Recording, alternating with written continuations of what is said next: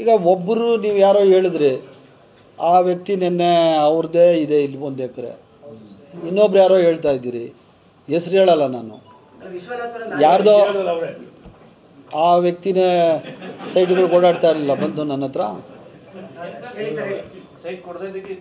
ಗೊತ್ತಿಲ್ಲ, ದೇವ್ರಿಗೆ ಗೊತ್ತು, ಇರ್ಬೋದೇನೋ, ನನ್ಗೆ ಗೊತ್ತಿಲ್ಲ, ಐ ಡೋಂಟ್ ನೋ. ಈಗ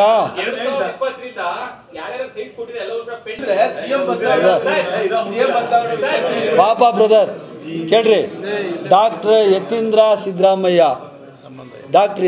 ಸಿದ್ದರಾಮಯ್ಯ ಅವ್ರದ್ದು ಒಂದು ಕಿಂಚಿತ್ ಗೌಡ ಸುಮ್ಮನೆ ಗೌಡ ನನಗೂ ಮಾತಾಡೋಕೆ ಗೊತ್ತೈತೆ, ಒಂದು ಕಿಂಚಿತ್ತು ಪಾತ್ರ ನನಗೀಗ ಕಂಡು ಬಂದಿಲ್ಲ.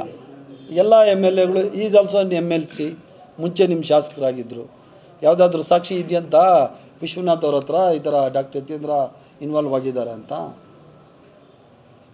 ಯಾಕೆ ಈ ಥರ ಅಲ್ಲ, ಅದೇನೋ ಹೇಳೋರಲ್ಲ, ನೀವೇ ಕೇಳ್ತಾ ಇದ್ದೀರಲ್ಲ, ಇದೇನೋ ಈಗ ನೀವು ಕೇಳಿದ್ರೆ ಮೂಡ ಅದೆಲ್ಲ ಯಾವುದೂ ಇಲ್ಲ, ಗಾಳಿಯಲ್ಲಿ ಗುಂಡೊಡೆಯುವಂಥ ಕೆಲಸ ಮಾಡಬಾರ್ದು. ಯಾರೋ ಅಧಿಕಾರಿಗಳು ಯಾರೋ ಬ್ರೋಕರ್ಗಳು ಮಾಡಿದರೆ ಅದಕ್ಕೆ ಯಾರೋ MLA MLCಗಳ ಮೇಲೆ ಹೇಳ್ಬಿಟ್ರೆ ಏನರ್ಥ? ದುಶ್ಮನಿ ಇರಬೇಕು, ಪೊಲಿಟಿಕಲಿ ಎದುರಿಸ್ಬೇಕು. ಈ ಥರ ವೈಯಕ್ತಿಕವಾಗಿ ಮುಖ್ಯಮಂತ್ರಿಗಳ ಮೇಲೆ ಇರೋವಂಥ ದ್ವೇಷವನ್ನು ಮಕ್ಕಳ ಮೇಲೆ ತೀರ್ಸ್ಕೊಳ್ಳೋದಾಗಲಿ ನನ್ನ ಮೇಲೆ ತೀರ್ಸ್ಕೊಳ್ಳೋದಾಗಲಿ ಏನು ಸಿಗ್ತೈತೆ?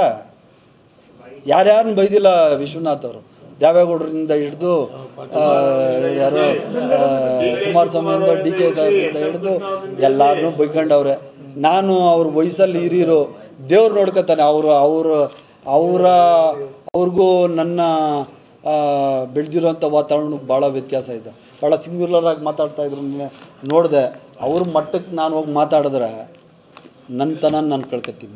ನನಗೆ ಆದ ಒಂದು ಸ್ಟ್ಯಾಂಡರ್ಡ್ ಇದೆ, ಅದ್ರ ಪ್ರಕಾರ ನಾನು ಹೇಳೋದು.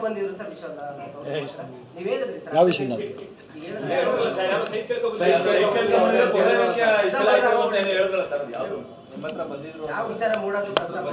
4 ವಾರ ಆಗಲಿ, 4 weeks.